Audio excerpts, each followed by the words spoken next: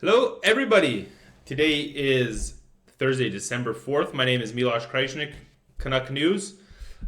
Just want to cover this one article today. This one story. I think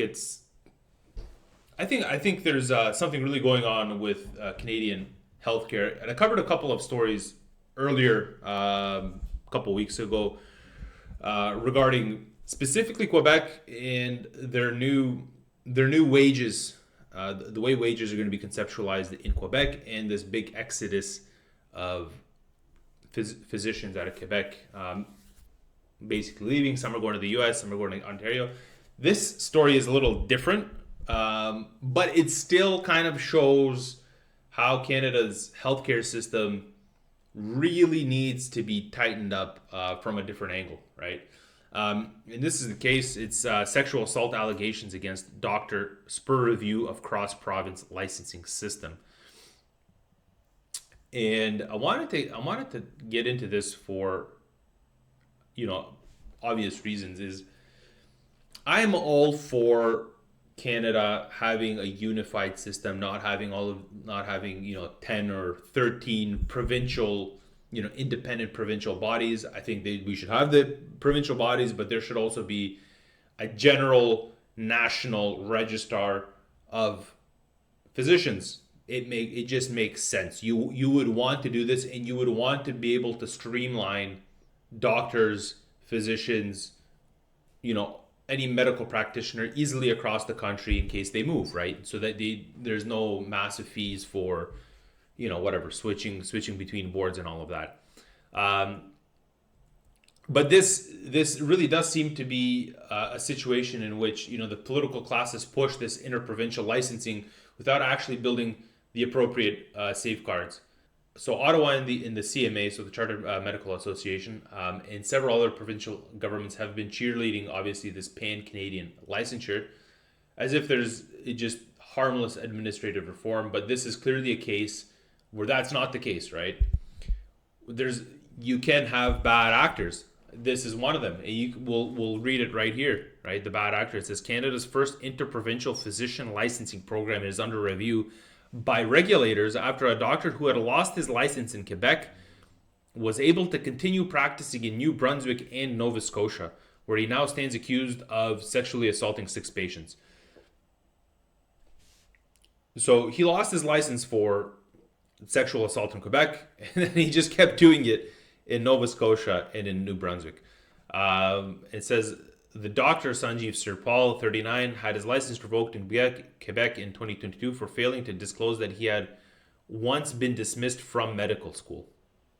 The Quebec College of Physicians, the province's regulatory body for doctors, began investigating after a woman came forward with an allegation of sexual assault against him. So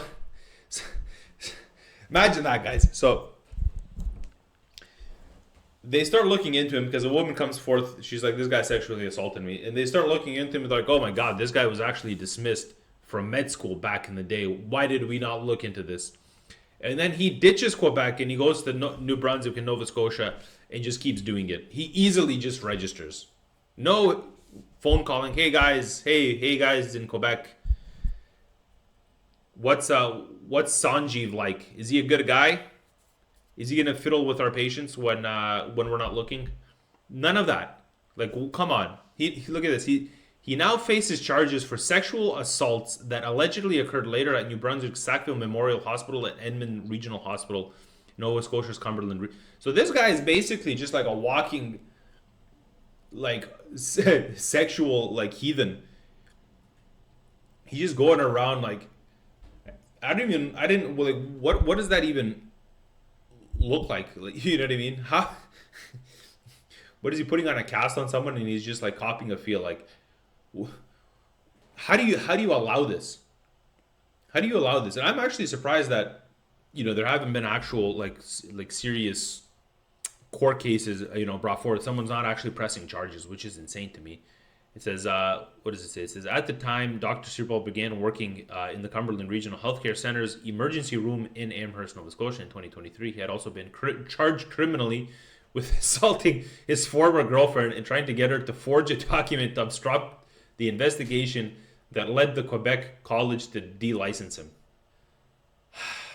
I mean, this might be like a one-off case. It's very possible that this could be a one-off case. That this is just, we have this one bad actor in the whole Canadian medical system. But this is just a catastrophe, right? If this has happened once, I'm sure it's happened other times, or at least it's gonna set a precedent for people to be doing it. This guy beat his girlfriend as well. Like, this guy should heavily be in jail for assaulting his former girlfriend and trying to get her to forge a document to obstruct the investigation. Come on, man. And he's just freely working in Nova Scotia and New Brunswick. Like, this is really next level. I don't know if he has balls or if he's just insane. And if the Canadian system's clearly just that, I don't even want to say liberal, it's just that loose with allowing people to work. There might just be that big of a shortage of doctors, and they're like, whatever, great that he's here. But he says so, and it's really crazy that regulators consistently fail because the system assumes doctors are truthful, right? You have to have verifications. You can't just assume someone's, because they finished school, that they're honest. Like, I know a lot of people that cheated when I was in university, in undergrad, and when I was doing my master's program. Like, I know a lot of people that cheated. So like that's just for passing exams. You know what I mean? So it's like, you can't ever assume somebody's honesty just because they have an education. That's it's flawed in and of itself, right? But the fact that the Atlantic Registry allowed a physician to attest that he had no disciplinary issues, that he lied and nobody checked, that's literally a systemic design flaw, right? That you're not double checking someone's info. Like, even when you apply for a job, the more serious the job is, the more verification the employer does. Like, I've had job interviews where the employer has literally done a background check on my last 3 places of employment. They actually contacted them and had them fill out forms about me. And so this is a private company doing background checks on a person. You know what I mean? Like, why would you not? This is just me thinking out loud, to be honest. But like, what? Like, you're bringing in a new physician into your board, right, of physicians from a different province. Why would you not want to do a background check on them? And so you have these provinces that are protecting the mobility of the doctor more aggressively than the actual safety of patients, right? And like, New Brunswick kept his license after Quebec revoked it. That's insane.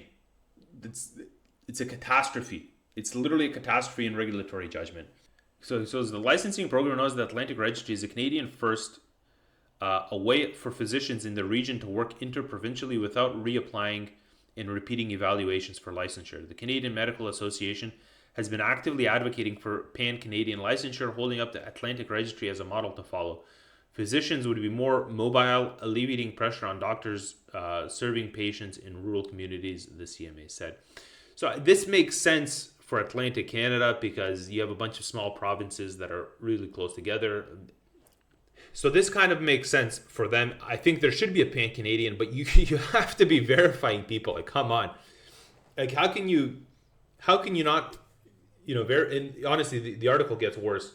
But like, there has to be some level of scrutiny when bringing somebody into the fold, right?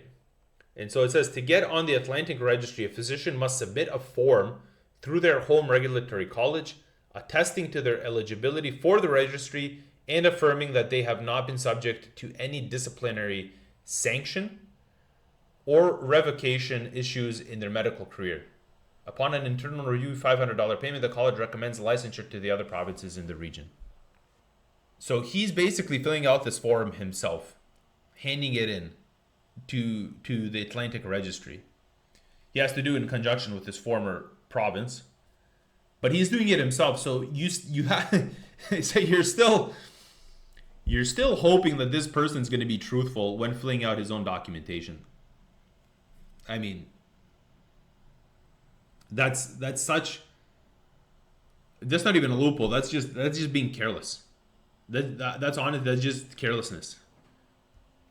But it says here, so it says Dr. Sirpal's case has prompted the 4 Ontario Atlantic colleges to consider the need for more. No shit. There's to consider the need for more rigorous screening. Come on, guys. Wow. No way. This guy's just sexually assaulting everybody, beating his girlfriend, getting her to lie on official documents. We need to scrutinize it more. That's really what we need. Yeah, it is. That's exactly what you need. So this is where it gets funny as well. So Dr. Sirpal signed a document attesting to his eligibility for the registry, but Dr. Grant said it appears it wasn't truthful. Really? It wasn't truthful. In light of Dr. Sirpal's case, Dr. Grant said the 4 Atlantic colleges plan to review the process of licensing doctors for the joint registry, which includes roughly 500 physicians. The incident is deeply troubling, and we're hopefully going to learn from it so it won't happen again. As the calls mount for multi-jurisdictional licensure or pan-Canadian licensure, there's a lot of learnings to be drawn. Yeah, you need to run background checks on people. Jesus Christ. Like, that's a standard routine in the private sector, is running background checks. And this is... What's key here is, this is... I'm sure that this is a liberal thing, right? Like, that... they prioritize an idea, this pan-Canadian licensure. It's a great idea. It is. Over actual scrutiny in public safety, right? You can't always make everything easier, right? Medicine isn't. It's not. It can't be a service that's as easy as ordering an Uber, and you can't. Like, it's a high risk profession.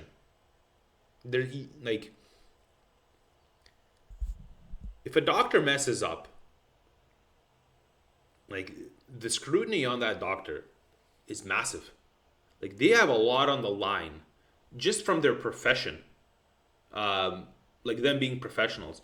And when they're unethical, and they have to sign an ethical document that they're gonna be ethical and moral in their healing and all of that. And when they're not, like, the weight of the breaking of that pledge is a serious thing, right? And so really what it comes down to is, if the Liberals in the CMA want a pan-Canadian license, I think we need one. I do. I think Canada should have a national registry of all of the doctors, so that when this does happen and Quebec says, hey, Sanjeev Sirpal abuses women and he sexually assaults them on the operating table, don't hire him, that everybody everywhere across the country knows that this guy does what he does, right? You have to have mandatory background checks. There has to be not even sharing of disciplinary files. There needs to be an archive, like a file on everybody in a national registry. So when you type the guy's name in, where were you? What did you do? Like, all of who that person is shows up on a file, and you're like, yeah, I don't want to hire you, right?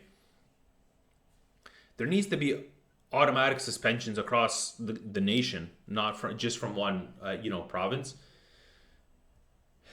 And obviously, criminal charge disclosures. Not only do they have to be requirements, this has to be like public knowledge, like which doctor has a criminal record, criminal charge for what, right?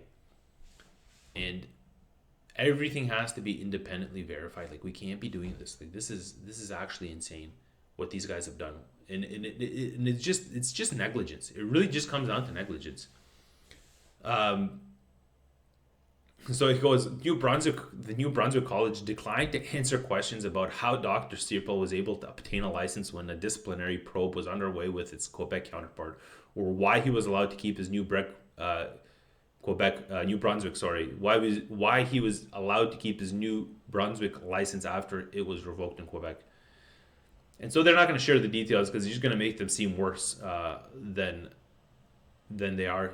But it says, however, New Brunswick French Language Vitalité Health Network wrote in an email to the Globe that the province's college reviewed Dr. Sirpo's file after he lost the right to practice from Quebec and decided to maintain his license.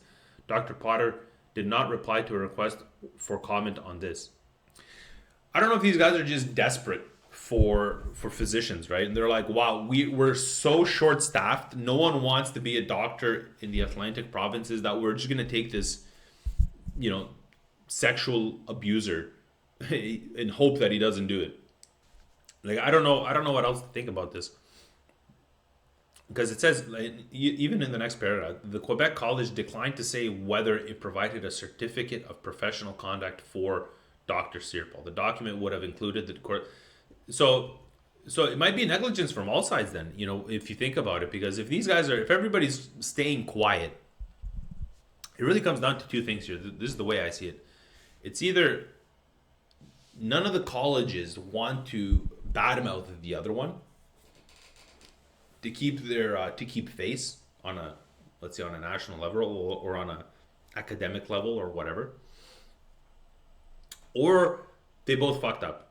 It's just gross negligence on both sides, and this sexual abuser of a doctor was just allowed to migrate to a different province and just keep working and keep assaulting women.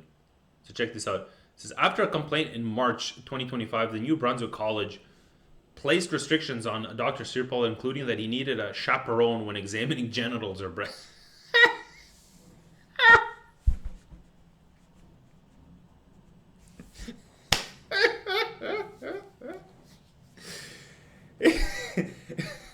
Well, let me hold your hand while you examine these genitals.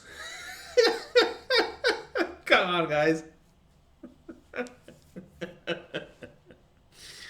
Wow. This guy, he literally just can't control himself. 4 months later, based on new information, the college suspended Dr. Sirpol pending the outcome of an investigation. He is now facing 3 sexual assault charges in New Brunswick and 3 in Nova Scotia stemming from his work in hospitals.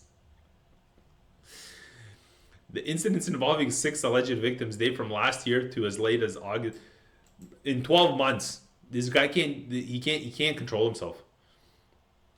This guy needs to see a psychiatrist. I mean, he needs to be banned from practicing medicine completely. Like, his license needs to be completely revoked permanently, indefinitely. But I mean, like he should be forced into psychiatric help, because he clearly can't control himself. So it goes MW. So this woman that doesn't want to disclose who she is said she went to the emergency room in Amherst on January 14, 2025 for pain that she later learned was from a tumor on her spine. Dr. Sirpol is alleged to have sexually assaulted her during that visit, according to court documents. Let me look at your spine, Copperfield. How's this guy doing this? This is just... He has a history of misrepresentation and ethical disputes that date back to when he was in medical school, according to the Quebec College. Oh man, this is so look at this. Born in the U.S., he came to Canada with a medical degree from St. Lucia.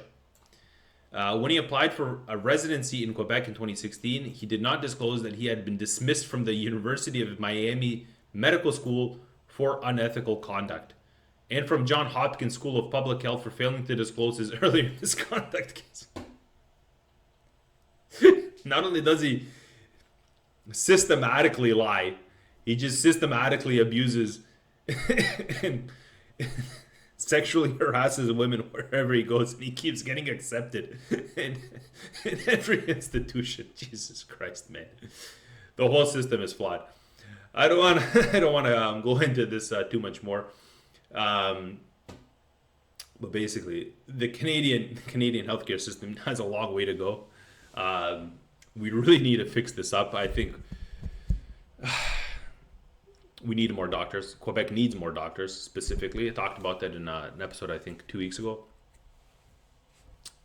There's around like a lack. There's around a lack of 1,000 family physicians in Quebec alone, right?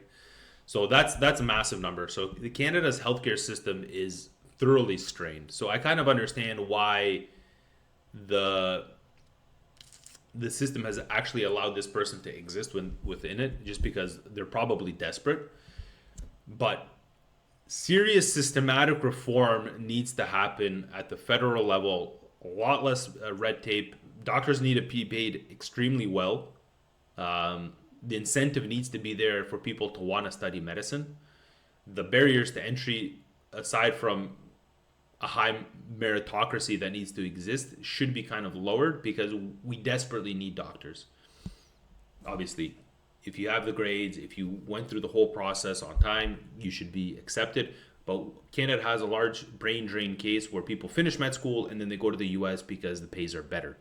So we need to help our doctors stay in Canada so that we can be healthy, right? And so that we also don't have Sanjeevs running around sexually harassing patients. That's all I have for today, guys. Hope you liked today's episode. Please like, share, and subscribe. Miloš Krajčnik. Stay informed, stay curious, and God bless Canada. This is Canada. Maple